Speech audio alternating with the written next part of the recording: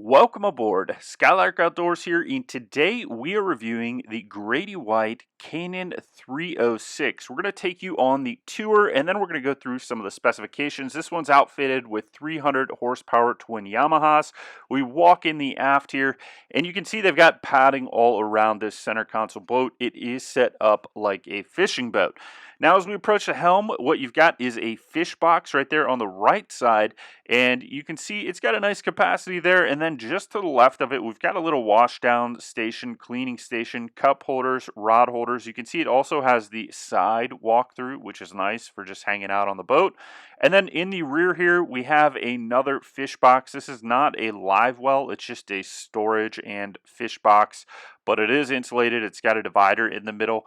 I do think it would have been nice to have the option for a live well back there as well, or half and half, but maybe that's something you could get as an option. As we get on here, you can see we've got some tackle drawers, miscellaneous equipment drawers. We've got our helm here. It doesn't come with GPS, electronics, or navigation on this one, but you could fit whatever you want in there, Garmin's, Simrad, anything else. You've got these wonderful seats. These things are like a lazy boy, very comfortable. You've got the fold up front. They've got a vented back for those hot days, armrests, everything you could want in a seat there. And then you've got joystick controls, as well as you've got the twin throttle controls. So plenty of options here, and it does have a bow thruster as well. So this is really outfitted well with all the controls to really turn this thing on a dime, get into tight places, whatever you need. Up on the T-top here, we've got some speakers, couple more rod holders. We've got little overhead storage there, you can see, and we've got rear facing lights, and then we've got the riggers on the top here.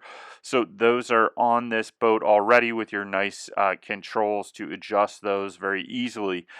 The T-top, it's got kind of like a plexi slash glass thing on the front. Goes pretty much all the way up so that you're going to be out of the spray and out of the wind when you're at the helm. It's a nice wide helm. You've got a lot of storage up there too for like a phone, beverages, maps, charts, whatever you want there, miscellaneous stuff, iPad. There is also a compass there.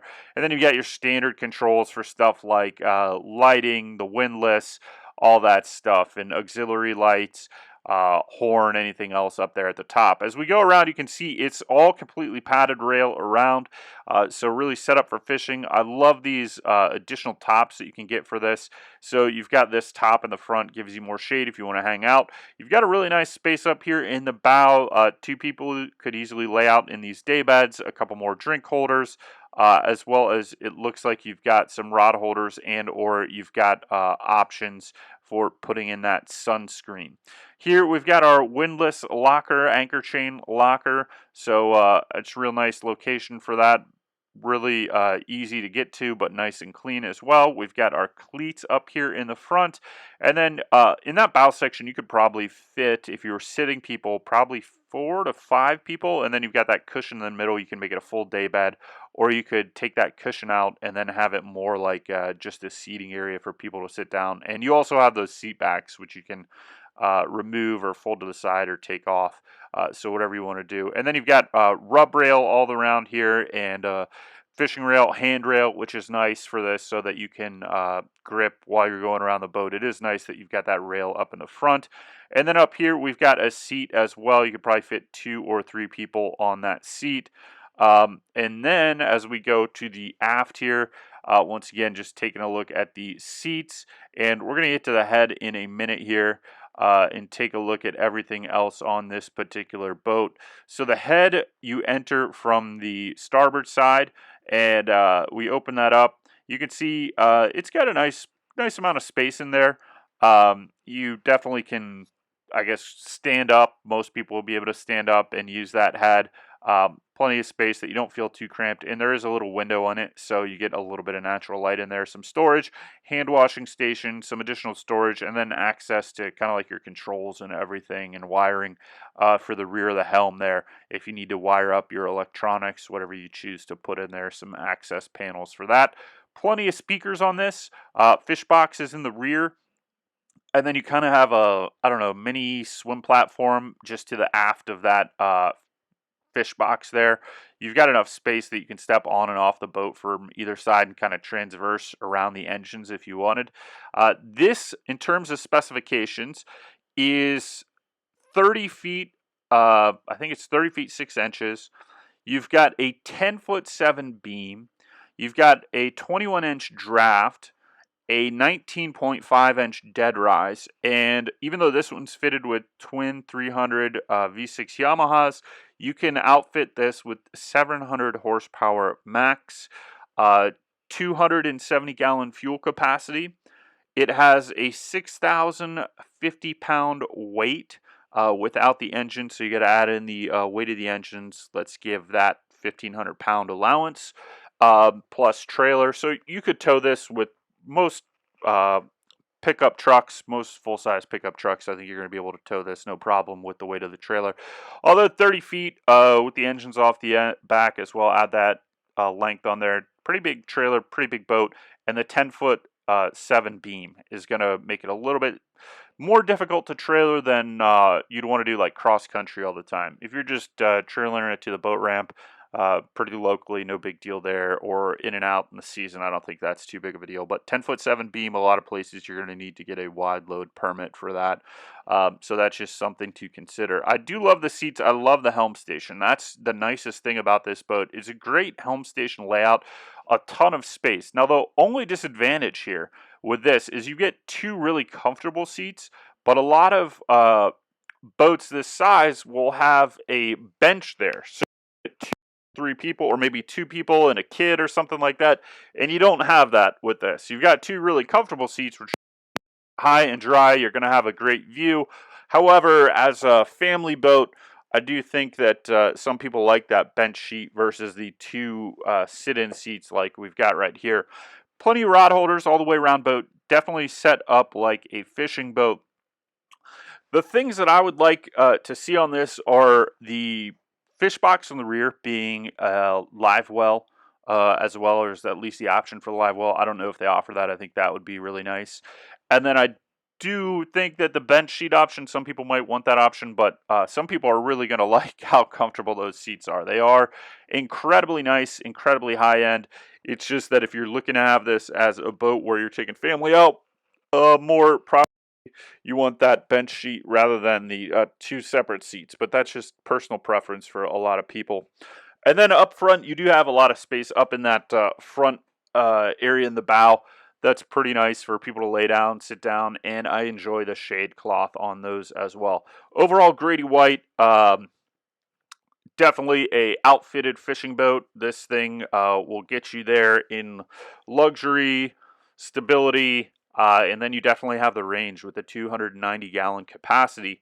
Now, where does this come in at a price point? This is $351,663, and that is as listed at the Fort Lauderdale Boat Show, excuse me, the West Palm Beach, or not the West Palm Beach, just the Palm Beach International Boat Show in the spring of 2024. So those prices are going to go up and down based on time frame and all that kind of stuff. But 351,000 as outfitted for this one, which is at 600 horsepower instead of the 700 horsepower. I do love the Yamahas on the back. I love the Yamaha controls. If I were looking at this boat, I would probably go with that 700 horsepower max. Just make this thing fly with twin Yamahas if I could. And then I would probably go with the digital controls on this boat just because it's fly-by-wire. And you've got that then joystick there in terms of just integration and capabilities to use the joystick for docking in addition to a bow thruster. This is going to be a really maneuverable boat, which is great. Now, one thing I want to touch on is what they call the CV2 hull on the Grady White boat, or at least on this Grady White Canyon 306. They make the following claim on their website. It says, the Grady White exclusive CV squared hull performance has been ranked #1 in each of the 8 JD Power and Associates marine studies ever done. So what they say, and this is what is a little bit misleading about this in their dead rise number of 19.5. It actually has a steeper dead rise in a lot of places. So we'll kind of go through what they have on here and explain to it. It says the CV2 is a continuously variable V hull that delivers a soft and stable ride. Unlike other brands, a CV2 hull has no 2 places on the keel where the dead rise is the same. The V continually sharpens from the transom to the bow stem. A CV squared hull with 20 degrees of dead rise at the transom will have around 30 degrees amidships, more than even the most radical older deep V designs. The deep V forward means a softer ride at sea, less V at the transom, coupled with the wide chines, provides stability at rest and when trolling. So this shape of hull, I'm sure there's a ton of engineering behind it, and you can definitely go on their website and take a look at exactly what they're explaining and the different graphics, which I think are really helpful to show exactly what's going on. So check that out there. But what they're saying is that they've got this deep V forward that's going to help you cut through soft seas and give you a soft, cushiony ride. But then also, this is a wider hull. It's 10-foot 7 beam. And just how this hull is shaped with that CV2 hull is going to give you stability while you are at rest or trolling. So if you're on an anchor or something and you're fishing a reef, you're going to not have as much wobble as you would, I guess, as a comparable size hull and boat. Or if you're trolling, going slow, you're not going to have as much wobble as you can typically get in a center console of this size. Now, if you have a Grady White Canyon or a Grady White boat of this size, or you have been on one, please let me know. Leave a comment below. Let me know, is that been your experience that the CV squared hull and the dead rise and how this hull is shaped makes that much of a difference? Because when you just look at the dead rise number that they advertise on the website, it says 19.5, but that doesn't really tell the whole story about this particular boat or what they have going on with this CV2 hull. So I think I would like to know, if you've got a 30-foot boat, 10-foot 7 beam, 21-inch draft, which is really shallow for this size boat, and it weighs about 7,000 pounds without the engine. So let's just call it 8,500, 9,000 pounds with the engines. Have you noticed the difference between a similar sized boat like this and the Grady White CV hull? I'm sure there is a ton of engineering behind this and how it works. So if you are someone knowledgeable on that, I would love to know how much softer you felt. And like, if you compare this to, let's say, a Contender or an Everglades, or something like even an Invincible, are you going to have a softer ride with the Grady White boat than one of those other boats also known for offshore fishing, speed, and cutting through the water? All great boats, and this is great boat as well, beautiful. I just want to know, is the hype real if you have a CV2 hull based on a similar size boat like this in that under 30-foot market? Because that is actually where it makes the biggest difference. As you go up in length, typically with the weight of the boat, the hull shape and everything, at 36, 40 foot, the hull shape doesn't make as much of a difference in terms of what you feel in stability because you're driving so much weight through the water. You definitely can have a boat that size that just feels like it's bouncing around all over the place, but as you go up in weight and as you go up in hull length, just the hydrodynamics, power, weight, everything, and displacement are going to make it feel softer regardless, just physics. But where the hull shape seems to make the biggest difference in these under 30-foot boats, center consoles, where people are going fishing on them, because let's say that 30-foot to 20-foot, I mean, that would be small for an offshore center console fishing boat, but let's just say it because there's a lot of people that go out in those, maybe not way out there, but go out to whatever their spot is in something that's maybe 23 feet. That's where the hull shape is going to dictate the most because you're dealing with less weight and less power, and the hull shape probably makes the biggest difference. So I would like to know, if you've been on one of these, what you thought about it compared to some of the other higher end boats. Did that hull shape make a difference? So leave that in the comment below, and if you've got thoughts on it, I would love to hear them. Thanks for watching our review of the Grady White Canyon 306. If you enjoyed this video, please subscribe, give us that thumbs up, comment if you've got any ideas on this, and also, if you want to support us, check down in the description below. We've got all kinds of courses down there and links and recommendations to help you be a better boater or just enjoy the outdoors. We've got all kinds of great outdoor content for you.